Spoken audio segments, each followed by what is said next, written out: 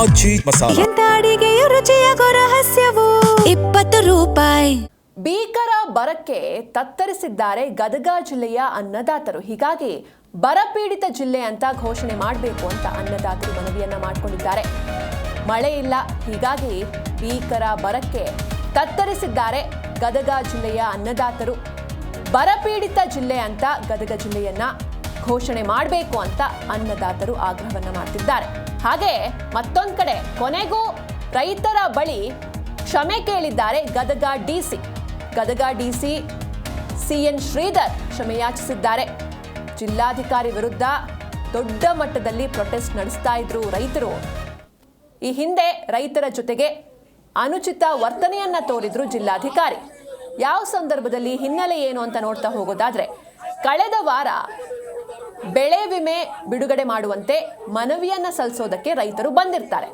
ಆ ವೇಳೆ ಏರು ಧ್ವನಿಯಲ್ಲಿ ರೈತರೊಂದಿಗೆ ಅನುಚಿತ ವರ್ತನೆಯನ್ನ ತೋರಿದ್ರು ಡಿಸಿ. ಈ ಕುರಿತು ನಿಮ್ಮ ಜೀ ಕನ್ನಡ ನ್ಯೂಸ್ ಒಂದು ಎಕ್ಸ್ಕ್ಲೂಸಿವ್ ಸುದ್ದಿಯನ್ನ ಪ್ರಸಾರ ಮಾಡಿತ್ತು. ಹೀಗಾಗಿ ಅದಾದ್ಮೇಲೆ ಪ್ರೊಟೆಸ್ಟ್ ಆಗುತ್ತೆ. ಕೊನೆಗೂ ಸಾರಿ ಕೇಳಿದ್ದಾರೆ ಡಿಸಿ.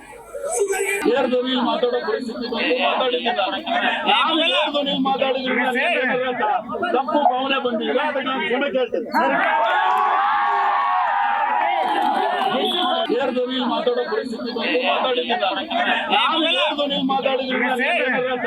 ತಪ್ಪು ಭಾವನೆ ಬಂದಿಲ್ಲ, ಅದಕ್ಕೆ ನಾನು ಕ್ಷಮೆ ಕೇಳ್ತೇನೆ. ಮಾತಾಡೋ ಪರಿಸ್ಥಿತಿ ಮಾತಾಡಿದ್ರೆ ತಪ್ಪು ಭಾವನೆ ಬಂದಿಲ್ಲ, ಅದಕ್ಕೆ ನಾನು ಕ್ಷಮೆ ಕೇಳ್ತೇನೆ. ಮಾತಾಡೋ ಪರಿಸ್ಥಿತಿ ಮಾತಾಡಿದ್ರೆ ತಪ್ಪು ಭಾವನೆ ಬಂದಿಲ್ಲ, ಅದಕ್ಕೆ ನಾನು ಕ್ಷಮೆ ಕೇಳ್ತೇನೆ. ಈ ಒಂದು ಹೋರಾಟವನ್ನು ಹತ್ತಿಕ್ಕಲು ಪ್ರಯತ್ನಗಳನ್ನ ಮಾಡ್ತಾ ಇದ್ದಾರೆ. ನಾನು ದಯವಿಟ್ಟು ಮಾನ್ಯ ಮುಖ್ಯಮಂತ್ರಿಗಳಲ್ಲಿ ವಿನಂತಿ ಮಾಡ್ಕೊತೀನಿ. ಗದಗ ಜಿಲ್ಲೆಯಲ್ಲಿ ಸಾಕಷ್ಟು ಬರಗಾಲ ಪ್ರದೇಶ ಆವರಿಸಿದೆ. ಸಾಕಷ್ಟು ಜನ ಇವತ್ತು ಸಂಕಷ್ಟದಲ್ಲಿದ್ದಾರೆ. ಸಾಕಷ್ಟು ಜನ ಇವತ್ತು ಗುಳೆ ಹೋಗ್ತಕ್ಕಂಥ ವ್ಯವಸ್ಥೆಯಲ್ಲಿದ್ದಾರೆ. ದಯಮಾಡಿ ತಾವು ಇವೆಲ್ಲ ಅಂಶಗಳನ್ನ ಗಮನಿಸಿಕೊಂಡು ಏನು ರೈತರ ವಿರುದ್ಧ, ರೈತರ ಒಂದು ಹೇಳಿಕೆಗೆ ಅವಹೇಳನಕಾರಿ, ಪ್ರಚೋದನಕಾರಿ ಮಾತುಗಳನ್ನಾಡಿರುವಂತಹ ಜಿಲ್ಲಾಧಿಕಾರಿಯನ್ನ ಇವತ್ತೇ ಮಾನ್ಯ ಮುಖ್ಯಮಂತ್ರಿಗಳು ವಜಾಗೊಳಿಸಬೇಕು ತಕ್ಷಣವೇ ಅನ್ನುವಂತಹ ಮಾತನ್ನ ಹೇಳ್ತೇವೆ. ಅದರ ಜೊತೆಗೆ ಗದಗ ಜಿಲ್ಲೆ ಇವತ್ತು ಸಾಕಷ್ಟು ರೈತರಿಗೆ ನೋವಾಗ್ತಾ ಇದೆ.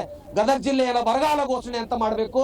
ಕಳೆದ ವರ್ಷದ ಮತ್ತು ಪ್ರಸಕ್ತ ವರ್ಷದ ಬೆಳೆ ವಿಮೆಯನ್ನ ಮಂಜೂರು ಮಾಡಬೇಕಂತ